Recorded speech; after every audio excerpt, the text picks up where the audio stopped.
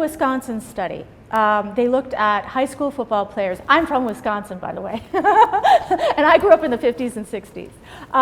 So they looked at high school football players who played in the 50s and 60s. They then looked at them at age 65 to see if they were having any cognitive impairment, compared it to the non-football players in that same era, and they did not see any differences. I think that it's very clear that the high school football that we played in the 1950s and 60s is not even the high school football we're playing these days. My brothers played college football in the 60s, and I can tell you that they played 8 games a season. They had 2 preseason games, and that was it. Then they went on to other sports. Now football is basically a 365-day a year game that people practice constantly.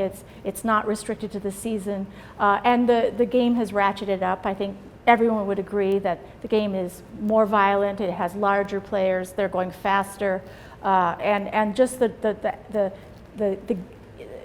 intensity of the game is far different than Super Bowl I and II. If you go back and look at those films, I'm not an expert on it, but it looks like a very different game, all those guys running around, but not the collisions that we see really every game at this time. So I don't think it's fair to say, I think it's fair to say that if you played high school football in the 1950s and 60s, you may not get CTE, fair enough.